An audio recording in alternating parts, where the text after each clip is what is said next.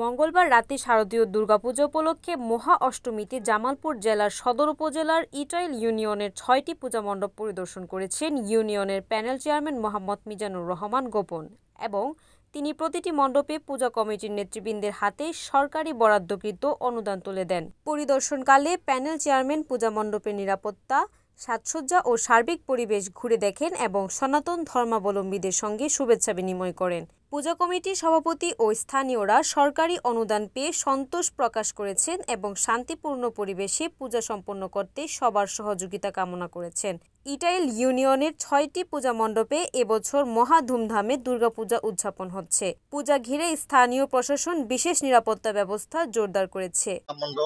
আমি প্রত্যেকটা পূজা মণ্ডপে পরিদর্শন করে সুস্থ বা কোনো সমস্যা নাই, আইন শৃঙ্খলা সব কিছু ঠিক আছে, কোনো সমস্যা নেই ইনশাল্লাহ। ভালো আপনার আনসার, আমার গ্রাম পুলিশ, প্রশাসনের থেকে পুলিশ, সমস্ত কোনো সমস্যা নাই, খুব সুন্দর শৃঙ্খলাভাবে পরিদর্শন করছে সদস্য।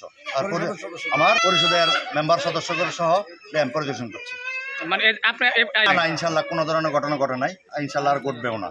রিপোর্ট করেছেন মোহাম্মদ রাসেল রানা, NN টিভি, জামালপুর।